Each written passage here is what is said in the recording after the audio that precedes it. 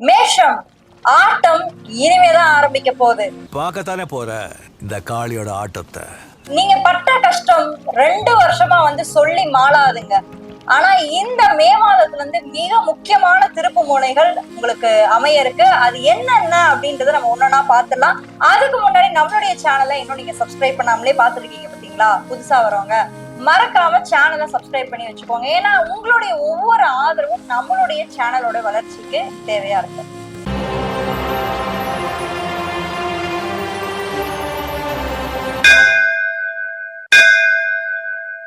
மே மாத ராசி பலன்ல மேஷ ராசிக்கு கிரக நிலைகள்லாம் எப்படி இருக்கு இந்த மாதம் அப்படின்றத நம்ம ஃபர்ஸ்ட் பாத்துடலாம். சோ முதல்ல உங்களுடைய ராசிக்கு ராசி நாதனான செவ்வாய், நான் ராசியில தான்டா உட்காருவேன் அப்படின்னு சொல்ற மாதிரி உங்க ராசிலேயே ரொம்ப சூப்பரா பலமா உட்கார்ந்துருக்காரு இந்த மே மாதத்துல. அதாவது தொட்டது எல்லாமே துலங்கக்கூடிய ஒரு மிக முக்கியமான ஒரு மாதம் இந்த ஒரு மே மாதமா இருக்கும்.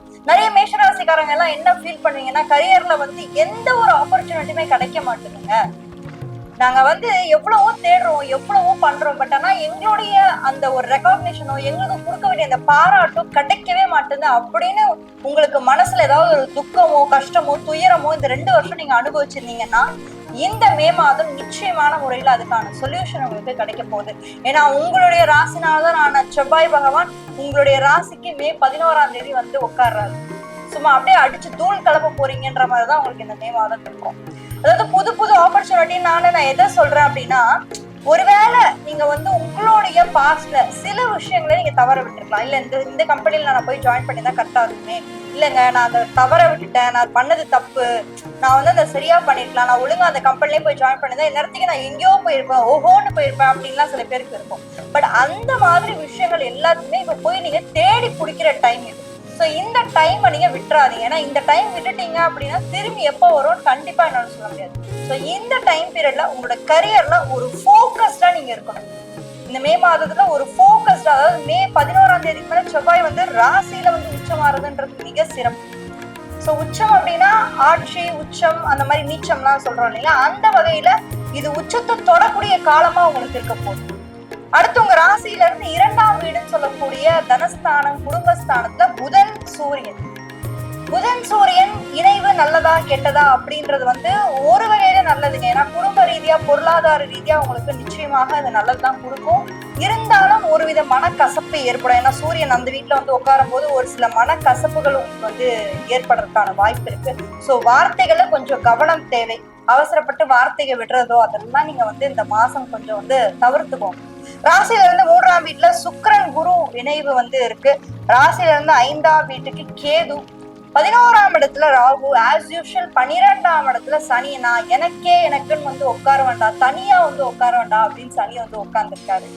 அந்த அளவுல ரொம்ப பலமா ரொம்ப ஸ்ட்ராங்கா உங்களை எந்த வகையிலுமே யாரும் அடிக்க முடியாத அளவுல உங்களுடைய அமைப்பு கிரக அமைப்புகள் இந்த மே மாதம் இருக்கு. சரி, ரிலேஷன்ஷிப்ஸ்லாம் எப்படி இருக்கும்? உங்களுக்கு ரிலேஷன்ஷிப்ஸ்லாம் நல்லா இருக்குமா? எங்களுக்கு மேரேஜ்க்கான பாசிபிலிட்டிஸ் இந்த மே மாதம் இருக்கா? ஏன்னா சில பேருக்கு ரொம்ப கஷ்டம். அதாவது எப்படின்னா திருமணம் வரைக்கும் கொண்டு போயிட்டுருவீங்க, ஆனா அதுக்கப்புறம் உங்களால மேல போக முடியாது, அப்படியே ஸ்டாப் ஆயிட்டு அது அப்படியே அந்த இடத்துல நின்றும். நிறைய பேர் கஷ்டப்பட்டிருக்கீங்க. மேஷராசியில் இருக்கவங்களாம் நிறைய பேருக்கு 2 திருமணம்லாம் நடந்திருக்கு, 2 திருமண யோகம்லாம் ஏற்பட்டிருக்கு. ஏன்னா மேஷம் காலச்சுக்கர முதல் ராசி இல்லையா? ஸோ முதல் ராசியில இருக்கவங்களுக்கு முதல் திருமணம் செட் ஆக மாட்டேங்குது. ஏதோ ஒரு வகையில 2வது திருமணம், ஆண்களுக்கு அதிகமான முறையில 2வது திருமணம் தான் செட் ஆகக்கூடிய ஒரு காலகட்டமா இருக்கு. பட் இந்த மே மாதம் பொறுத்த வரைக்கும் பார்க்கும்போது குரு பகவான் உச்சமாகக்கூடிய டைம் பீரியட் வந்துருச்சு. அது மே மாதம் கிடையாது, ஜூன் மாதம் 1ஆம் தேதி அது நடக்க போகுது. முதல் வாரம் முதல் தேதி அன்னைக்கு நடக்க போது. சரவடி குடிச்சு வச்சுக்கோங்க, அந்த அளவுக்கு சூப்பரா இருக்க போறீங்க. ஸோ ரிலேஷன்ஷிப்லயா இருக்கட்டும், மேரேஜ்லயா இருக்கட்டும், உங்களை அடிச்சுக்க இனிமே யாரும். அதாவது மேஷமா பொறுத்த வரைக்கும் எப்படின்னா, அது ரிலேஷன்ஷிப்க்கு ரொம்ப ரொம்ப ரொம்ப ரொம்ப இம்பார்ட்டன்ஸ் கொடுக்குற ஒரு ராசி. 12 ராசிகளே எனக்கு மிகவும் பிடிச்சது மேஷம் தான். அவங்க ரிலேஷன்ஷிப்க்கு அப்படி ஒரு இம்பார்ட்டன்ஸ் கொடுப்பாங்க. பார்ட்னர் ரொம்ப ப்ரொடெக்டிவா பார்த்துக்கக்கூடியவங்க மேஷம். இவங்களை நீங்க புரிஞ்சுக்கிட்டா, மேஷ ராசியில இருக்கக்கூடிய ஆணையோ பெண்ணையோ நீங்க புரிஞ்சு கல்யாணம் பண்ணிட்டீங்க அப்படின்னா நீங்க தாங்க கிங்கு. அந்த அளவுல உங்களை ப்ரொடெக்டிவா ஒரு போர் வீரர் மாதிரி, ஒரு மிலிட்டரி மேன் மாதிரி, ஒரு ஆர்மி மேன் மாதிரி உங்களை சுத்தி ஒரு 360 டிகிரிக்கு பாதுகாப்பு கொடுத்துட்டே இருப்பாங்க. யாருங்க கொடுப்பாங்க? யாருங்க அவ்வளவு டேக் கேர் பண்ணுவாங்க? மேஷம் பண்ணுங்க. சோ மத்த ராசிக்காரங்களும் அவங்க மேஷ ராசியில வாழ்க்கை துணை கிடைச்சா விட்டுறாதீங்க. அந்த அளவுக்கு ரொம்ப பாசிட்டிவானவங்க. எஜுகேஷன், படிப்பு சார்ந்த விஷயங்கள்லாம் எப்படி இருக்க போகுது? இந்த மே மாதத்துல மேஷ ராசிக்கு மாற்றங்கள்லாம் நடக்குமா? நாங்க இப்ப விசாக்காக அப்ளை பண்ணிட்டு இருக்கோம், எங்களுக்கு விசா ப்ராசஸே நடக்க மாட்டேங்குது, ரொம்ப தள்ளி போகுது. அப்படியே நடந்தா கூட உங்களுக்கு ஏதாவது ஒரு தடை வருது, எங்களுக்கு ஃபாரின் போற ஆப்பர்ச்சுனிட்டி கிடைக்கல, ஹையர் ஸ்டடிஸ் பண்ண முடியல அப்படின்னு ஒரு தடையா போயிடுச்சு. இந்த தடை வந்து உங்களுக்கு 2 வருஷமா போயிடுச்சு. அதுதான் நான் ஸ்டார்டிங்லேயே உங்ககிட்ட நான் சொன்னேன், 2 வருஷமா ஒரே தடை தான். அப்போ இந்த தடையை சரி பண்ற வகையில என்ன இருக்கு அப்படின்னு பாருங்க. ராசிக்கு 12ஆம் இடத்துல சனி பகவான் இருக்காரு. சோ ராசிக்கு 12ஆம் இடத்துல சனி பகவான் இருக்கும்போது அந்த வெளிநாட்டு யோகம் நிச்சயமாக கொடுப்பாரு. பட் ஆனா என்னன்னா கொஞ்சம் உங்களுக்கு டிலே ஆயிடும். அதாவது எப்படி சொல்றது, நான் இப்ப ட்ரை பண்றேன், பட் ஏதோ ஒரு வகையில ஏதோ ஒரு இழுபறி, ஏதோ ஒரு பாயிண்ட்ல வந்து எனக்கு அப்படியே ஸ்டக் ஆயிடுது, இல்ல வர வேண்டிய விஷயம் கூட எனக்கு வராது அப்படின்ற மாதிரி ஏதோ ஒரு இடத்துல ஸ்டக் ஆகுது. அது எனக்கு புரியுது. பட் உங்களுடைய சுய ஜாதகத்தை பார்த்துக்கோங்க. உங்களுடைய சுய ஜாதகத்துல தசா புக்திகள் வந்து ரொம்ப பவர்ஃபுல்லா, ரொம்ப ஸ்ட்ராங்கா உங்களுக்கு இருந்துச்சுன்னா கண்டிப்பா உங்களுக்கு அந்த வெளிநாட்டு யோகம், வெளிநாட்டு வாய்ப்பு, சிலருக்கு அது கிடைக்குது, சிலருக்கு அது கிடைக்க மாட்டேங்குது, ஏதோ ஒரு வகையில தள்ளி போகுது. இருந்தாலும் அந்த சனி சும்மா விட மாட்டாரு.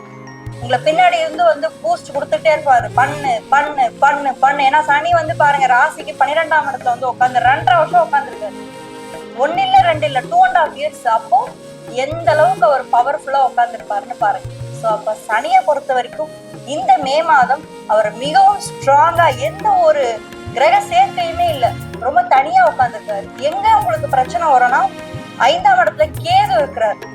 ஸோ 5ஆம் இடத்துல கேது இருக்கும்போது என்ன ஆகும்னா டெசிஷன் மேக்கிங் தான் நீங்க ஸ்லோவாயிடுவீங்க, யோசிக்கிற விதத்துல ஸ்லோவாயிடுங்க. முக்கியமான ஒரு பாயிண்ட்ல நீங்க யோசிக்கணும், கரெக்டா யோசிச்சு டிசைட் பண்ணணும். அந்த டைம்ல வந்து பாத்தீங்கன்னா சில விஷயம் உங்களுக்கு புரியாம போலாம், இல்ல தடைப்படலாம். அந்த மாதிரி விஷயங்களும் உங்களுக்கு கண்டிப்பா நடக்கும். பட் இந்த மே மாதத்தை பொறுத்த வரைக்கும் நம்ம ராசி பலன் அடிப்படையில் நம்ம பார்க்கும்போது சனி நல்ல இடத்துல இருக்காரு, தனியா பொசிஷன்ல அமர்ந்திருக்காரு. கேது வந்து 5th ஹவுஸ்ல இருக்கிறதுனால டெசிஷனை ரொம்ப ஃபாஸ்டா மேக் பண்ணக்கூடிய ஒரு மாதம் வந்து இந்த மே மாதம் உங்களுக்கு வந்து அமையும். ஸோ ரிலேஷன்ஷிப்பை பொறுத்த வரைக்கும் மேரேஜ்க்கான பாசிபிலிட்டி உங்களுக்கு இருக்கு. படிப்பு சார்ந்த விஷயங்களை பொறுத்த வரைக்கும் உங்களுக்கு வெளிநாட்டு யோகமும் வாய்ப்பு இருக்கு. விசா ப்ராசஸிங் உங்களுக்கு இந்த மாதம் ரொம்ப ஸ்மூத்தா போறதுக்கான வாய்ப்புகளும் இருக்கு.